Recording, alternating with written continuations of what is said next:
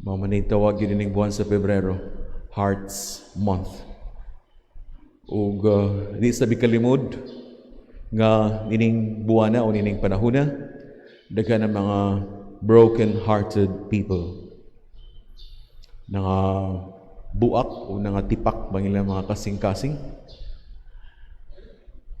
Kay mao man kini ang termino tagani nga gigamit sa Salmo responsorio sa in Ingles. Praise the Lord. Ito na. So, basta kay because He heals the broken-hearted people. Ang mga nangabuwak nila makasing-kasing, ang Ginoo mo'y makaayo lamang kanila. Dili ang mga cardiologist o mayo sa kasing-kasing. O kinsang mga ngingig nga mananambag.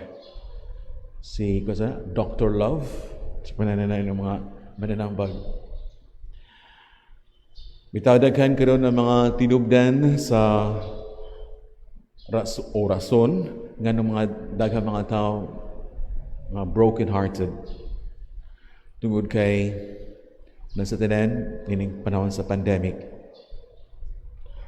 Ug gani murag nibalik na sa pagsaka ang ginakanon sa mga cases sa nadini sa atong syudad sa Talisay o sa chika kaganina ni Brad Anjo, murag kansuhong na ang top notcher. Kansuhong na in town. 17 cases active. Lalupigan na nato ang Dumlog, sa panadya, Tabunog, sa tukani mga tagas kay sa tanan, Tangki, lupigan na sa kansuhong. Mao nga definitely dili lang kato mga gitakbuyan sa maong sakit, mao ito mga active cases, mao na broken-hearted karon. Wili lang mga apil na mga sakop silang pamilya kay labi na in contact tracing, apil sila sa quarantena o apil sila swab. Delikado kayo sa tanan. Dili lang ka na mga nangaigo gayud, natakbuyan ini maong sakit, may broken-hearted. Basta na mga karon nangita o naglisod pagpangitag trabaho. Ito mga nangataktak sa trabaho kay nanira ang ilang mga gitrabahuan. Broken-hearted. Binasa ng mga pamilya nga nagsalig sa ilang sweldo, ng mga sakop. Mga broken-hearted sa mga batanon kay gididan sa pagsuroy, paglaag ni mga panahona. Kay 15 paubos, dili pagyapon pagawson. Pero nung uban noon, dili yun magtuman lang silang gusto. Dili papugong. Makapa-broken hearts, makapabuak ni sa kasing-kasing ng mga sitwasyon na. Bisan tingali ang mga frontliner nga padayon silang trabaho, tinuora, padayon ang ilang sweldo, apan delikado ang ilang trabaho. Delikado ang matakbuyan usab sa maong sakit. Nagkano kwarta ang mga doktor, mga ospital, pero di sa lalim ang ilang kasiguruan. Niya kinsa may atuang dangpan ining mga sitwasyon ng mga panahona ini kun nga di na kita mga broke experiences that causes us to be broken hearted. Delikado kayo kung adto ta paingon ini anay mao maghimpog solusyon ini nga bunga lang sa ato ang mga creativity o sa ato ang kangilngig nga mohuna-huna. Kay kung mao ni nga tuwang saligan ng atuang abilidad lamang o bien bisan na gani ang tambag sa uban nga mga tao mo say mo palyar o mo palso. Kung mao ni sa itong saligan musamot na niya da ka broken hearted niya inoon. Si Job sa unang pagbasa mao ko nang iyang reklamo sa Ginoo. Life is a drudgery. Kining kinabuhiya binasab sa iyang kasinatian niya tungtungura nga ang tanan daw sa gikuha kaniya sa Ginoo. Pero ang kanindot lang ni Job, dili sab tingali sama sa uban nga atong makaigsunan karon nga nakaingon lamang siya human kuhaa sa Ginoo ang tanan nga iya o bisan na gani nga mga higala misulti kaniya nga ikaw tungod maguna sa imong panggod na kay tingali kuan sa gyud o na nga ginana ka sa Ginoo mga kinahanglan nga kuan ka inaana gyud mo sa samputan o dangatan bisan na mga higala nga suod kaayo ningon pag yun anak niya. Apan unsa man iyang giingon? Mingon lamang siya, the Lord has given and the Lord has taken away. Blessed be the name of the Lord. Ingon niya na ang iyang tubag niya tumawang sitwasyon na. Sa ato pa, siya wala gayud mawadi sa paglaom. Wala sa mawadi sa paglaom niya itong iyang sitwasyon. Apan tanawa na, katong kung ninyo nang basahon, ang basahon ni Job, ninyo nang basahon, gipilo-pilo po sa Diyos pag ganti, labi na, itong iyang mga gipangkuha, gikan kaniya. Inguna na giday ang tanan nga mga tao, nga mulaom o musalig diya sa Ginoo. Dili gyud sila mahigawad. Dili sila mahigawad kay ang Diyos, ana gayud ron pagtabang kanila.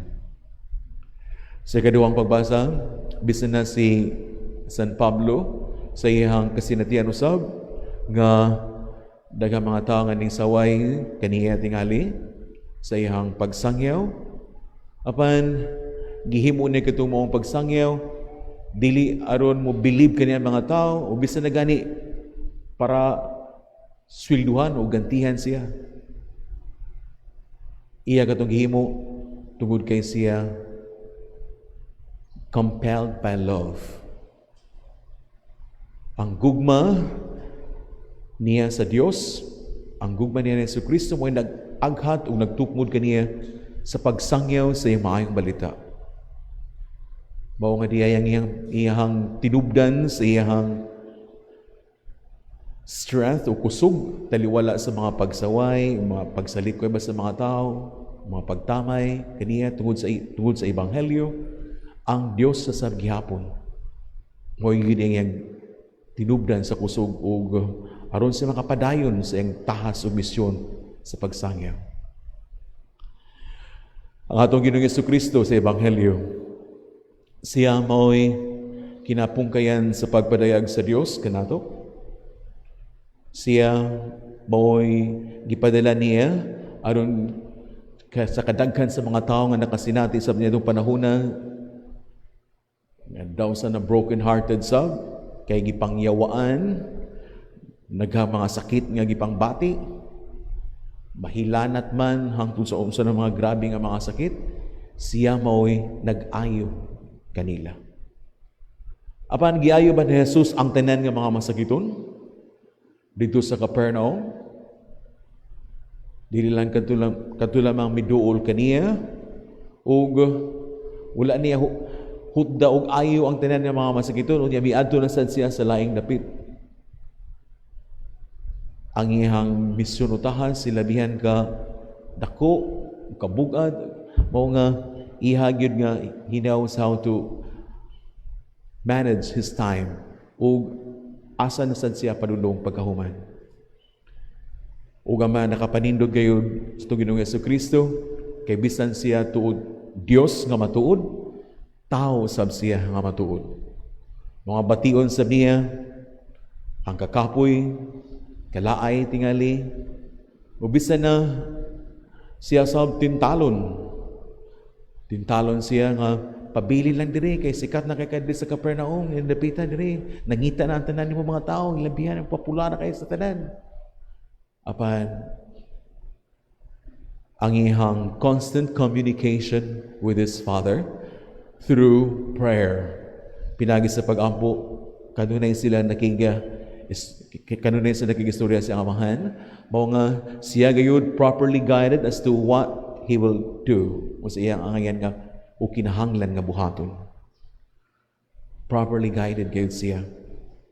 Kung mao nga si Kristo, bisan tuod daghan ng mga trabaho niya, labihan kakapoy niya ito, Kapo ito pag-ayo mga masakiton, paghingilin o mga yawa, daghan ng mga tao. Maka-afford gyapon siya og matawag sa iyo, dayon padayon sa misyon og tahas. Mao nga mga kaigsuunan, kamo nining buwan sa Pebrero, tingali ang uban ninyo maka-celebrate po meaningfully sa Hearts Day. Kuana lang, exactly, 7 na lang kaadlaw. Sunod Domingo. Muna di ay, Valentine's din naman di ay. Oh, na. Hinaot nga, dili ka mumingon nga broken heart o wala may Valentino o walay Valentina. Ang Diyos naara gayon. Kanunay siya nga available. Kita lamang mo kinahanglan mangita og panahon alang kaniya.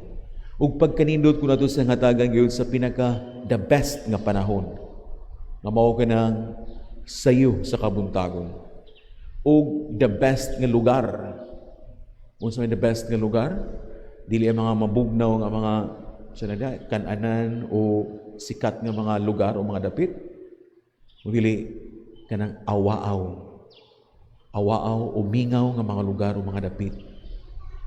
Nga aron kita makabati gyud siyang tingog ug ma-enjoy ginato ang iyang presensya. Mga hinaot na kining Diocesan Shrine ni Jesus Nazareno.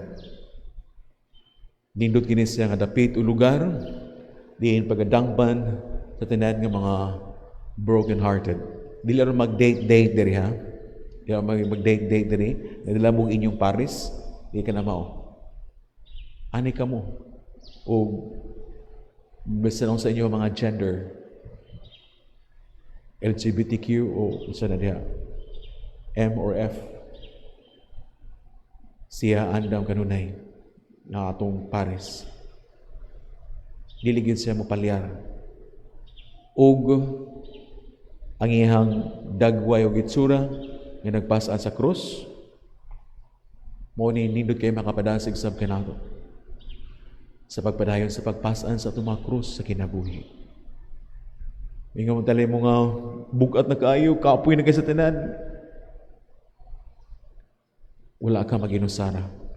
Siya mutambayayong, muyayong ug tabang sa pagpasaan kanimo sa imong krus. Di kaniya pasagdan. Ug labot pa, dili sab siya mohatag kanato og palas-unon nga dili nato kaya. Kung natagan kita niyag palas-unon, nagpasabot nga kana kaya na gyud nato mapapasaan. At padilang gyud kita magsalig sa atong kaugalingong katakos o abilidad o kakayahan, kung dili kinahanglan nato sining katanaw gyud diha sa iyang presensya o uban sa iyang makanunayong grasya. Mga para pagtapos dining tanan akong pamalandong karon, advance Valentine's. Di na ako makasisutan ng Valentine's diyan ni sunod Domingo. Bitaw, adunay ko istorya nga nabasahan kabahin sa usa ka mananagat. Nagipangutana siya sa usa ka adunahan kay nga tawo, rich industrialist. Kini mao mananagat kay anad kay siya sa labang-labang gikan dinhi sa talisay ingon ngadto sa unsa ni atbang diri sa Bohol? Unsa na? Tubigon ba atbang diri? Ha? Dili. Unsa atbang diri danjo? Tubigon no? Oh, anad labang-labang diha. Dito lang ang istorya lang ang English Channel. Ang English Channel na dito sa Europa dapit sa England of course. Sa UK. Ingon siya nga, unsa may mong kasinatian, unsa may kanang labing lisod nga anong pagtabok sa English Channel. Ingon siya nga, wala na may lisod. Basta di lang ka mantigong mulangoy. Nalibog ang katong dato kay sana. Wala lisod niya, di ka mantigong mulangoy, di na lisod. o gipasabot siya sa mananagat nga dili gyud lisod basta muadbiter lang ka nga dili ka mantigo nga mulangoy tungod kay kung panaglitan mutikyaob o makulob ang imong gisakyan, dili ka mangwan nga marisgar nga mulangoy ka paingon ngadto sa baybayon. Kay kung imo ka nang buhaton, mulangoy ka ngadto sa baybayon, sigurado gyud nga malumos ka.